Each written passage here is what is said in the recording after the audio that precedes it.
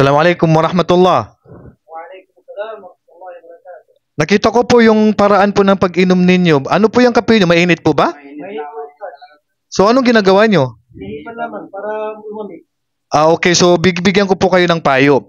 Actually, ang propeta sallallahu alaihi wasallam, ipinagbawal po niya na ihipan natin yung ating mga pagkain at ang ating mga inumin. Sabi sa hadith, an Nabi sallallahu alaihi wasallam, naha an yutanaffasa fil ina aw yunfakhu fihi.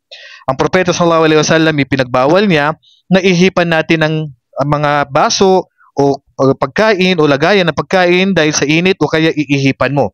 So ipinagbawal na doon ka hihingad yan sa loob niya para lumamig.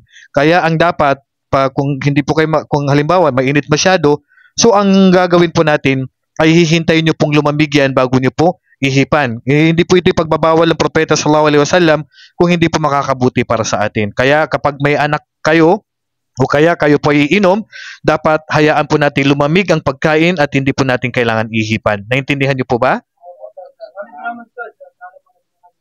Okay, walang anuman. Assalamualaikum warahmatullahi wabarakatuh.